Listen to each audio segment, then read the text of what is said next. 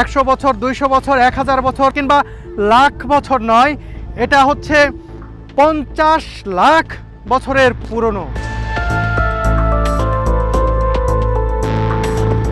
এর পাথরগুলো দেখুন, আগ্নেয়গিরি থেকে অগ্ন্যুৎপাতের ফলে যে পাহাড়ের সৃষ্টি হয়, সেখানে পাথর কখনো এভাবে সজ্জিত থাকে না। দেখুন প্রত্যেকটা মনে হচ্ছে পিলার, প্রত্যেকটা এক একটা কিউব, একটার সাথে আর একটা এমন সুন্দরভাবে মানে জ্যামিতিকভাবে সাজিয়ে রাখা হয়েছে।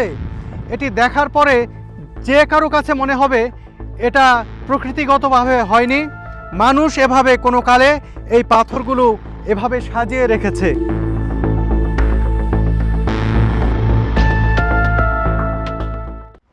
বন্ধুরা, তুরস্কের উরফা এলাকা থেকে শুভেচ্ছা জানাচ্ছি আমি সালাউদ্দিন সুমন। এই মুহূর্তে আমি এমন একটি প্রত্নতাত্ত্বিক নিদর্শনের সামনে দাঁড়িয়ে রয়েছি, এটা জানলে শুনলে সহজে কেউ বিশ্বাস করতে চাইবেন না। খুব সম্ভবত তুরস্কের সবচেয়ে পুরাতন প্রত্নতাত্ত্বিক সাইটে আমি চলে এসেছি। আমি যখন এখানে দাঁড়িয়ে রয়েছি, এখন থেকে 48 ঘন্টাও হয়নি এই সাইটটি আবিষ্কৃত হয়েছে। আমার পেছনের অংশটি দেখুন, মনে হচ্ছে অজস্র পিলার, অজস্র পাথর কেটে কেটে এভাবে সজ্জিত করা হয়েছে, অজস্র। এই পাথরের কার্বন ডেটিং করার পরে বিজ্ঞানীরা জানিয়েছেন, অর্থাৎ এখন থেকে 48 ঘন্টার মধ্যেই জানিয়েছেন যে এটি 50 লক্ষ বছরের পুরনো।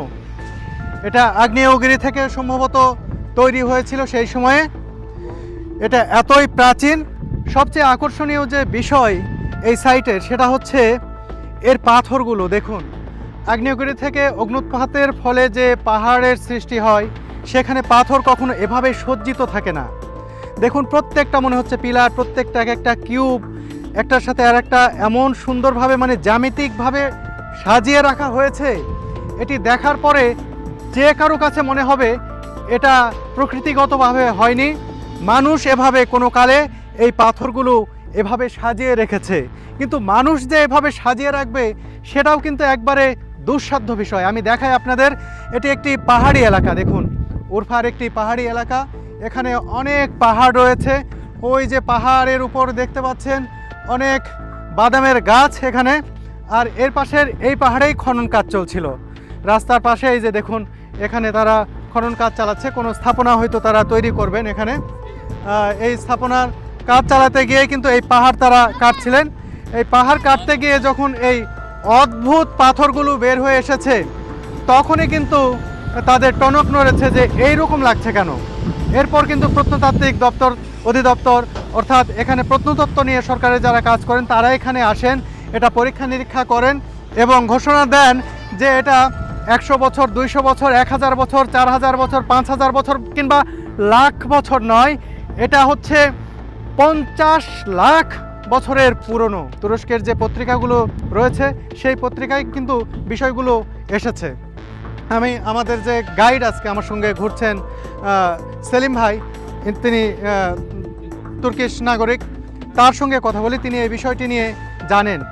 সেলিম ভাই, want to talk about this site. What do you know about this site? They say the volcanic lavas, when they come out, and the heat outside and inside heat different, and when it gets cold from outside to inside, this shape happened. This time also? No, they said some people say 2.5 million years, some people say 5 million years. কেউ কেউ বলছেন 2.5, মানে 25 লাখ বছর মিলে। They already checking now, but they said more or less 5 million years old stones. ওরে বাবা, তিনি There is a mountain called Karacadağ, just 80 kilometers from here, Yes, and that's volcanic mountain. yes. This lavas, the stones comes out from that volcanic mount, and then it's happened like this. Selim ভাই, thank you Selim ভাই, thank you. Selim ভাই যেটি বলছিলেন, এখান থেকে 80 kilometre দূরে একটি volcanic mountain রয়েছে, অর্থাৎ আগ্নেয়গিরি রয়েছে। ধারণা করা হচ্ছে যে আজ থেকে বহু বছর আগে সেই জায়গায় যে অগ্নুৎপাত হয়েছিল সেই অগ্নুৎপাতের ফলেই কিন্তু এই যে ভলকানিক এখানকার যে মাউন্টেন বা পাথরের শেপ এটা এখানে তৈরি হয়েছে। তবে এটা যে 5 মিলিয়ন ইয়ার্স বলা হচ্ছে, অর্থাৎ 50 লক্ষ বছর বলা হচ্ছে, এটা নিয়েও দ্বিমত দেখা দিয়েছে। কেউ কেউ বলছেন এটা 25 লক্ষ বছরের পুরনো হতে পারে। 25 লক্ষ হোক কিংবা 50 লক্ষ বছরের হোক, এটা যে এত পুরাতন একটি সাইট আর এর পাথরগুলোর যে শেপ, এটা সত্যি অদ্ভুত। এই যে সেলিম ভাই একটা নিউজ আমাকে দেখাচ্ছেন তার মোবাইলে, এখানে বলা হচ্ছে 215 মিলিয়ন ইয়ার, অর্থাৎ 25 লক্ষ বছর দাবি করা হচ্ছে। অন্যান্য আরও যে পত্রপত্রিকা মিডিয়া তারা কিন্তু 50 লাখ বছর বলছেন। এই যে দেখুন এখানে কিন্তু দেখতে পাচ্ছেন 2.5 মিলিয়ন ইয়ার্স, তুর্কিশ ভাষায় লেখা এই নিউজ আমাকে দেখালেন সেলিম ভাই। Thank you very much Salim ভাই। উরফা প্রদেশের সিভরেক ও কাহতার মধ্যে রাস্তা নির্মাণের সময় পাওয়া এই আজব গঠনের পাথরকে ব্যাসল্ট কলাম বলছেন তার্কিশ গবেষকরা। হারান বিশ্ববিদ্যালয়ের ভৌতভূগোল বিভাগের সহযোগী অধ্যাপক আহমেদ সেরদার আইতাফ বলেন, রেডিওমেট্রিক পদ্ধতিতে ওই ব্যাসল্ট কলাম বা বড় দানার পাথরগুলোর বয়স নির্ধারণ করা হয়েছে 10 মিলিয়ন বছর তথা 1 কোটি বছর। তার এই বক্তব্য আগের সব ধারণাগুলোকে পাল্টে দেয়, অর্থাৎ এটির বয়স আরও বেশি বলে প্রতীয়মান হচ্ছে। এটিকে তুরস্কের ভূতাত্ত্বিক ইতিহাসের একটি গুরুত্বপূর্ণ নিদর্শন অভিহিত করে অধ্যাপক আহমেদ সেরদার এই ব্যাসল্ট কলামগুলোর সংরক্ষণে তুরস্ক সরকারকে দ্রুত পদক্ষেপ নেওয়ার আহ্বান জানান।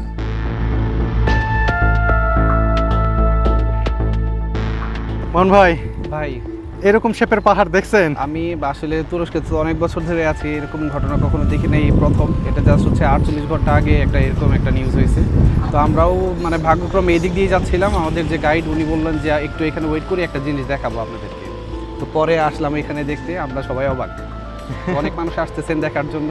বন্ধুরা, এটা একেবারেই নতুন। বললাম যে 48 ঘন্টা আগে, এখন থেকে আমি যখন কথা বলছি এখন থেকে 48 ঘন্টা আগে এটি পত্রপত্রিকায় এসেছে, টিভিতে এসেছে। এ কারণে মানুষজন কিন্তু কেবল এই জায়গা সম্পর্কে জানছেন। এ কারণে এদিক দিয়ে যারা যাচ্ছেন দেখুন এই যে গাড়ি এখানে থামিয়ে রাখছেন, এই যে তারা এসেছেন ঘুরছেন, এরকম থামছেন, দেখছেন, যাচ্ছেন।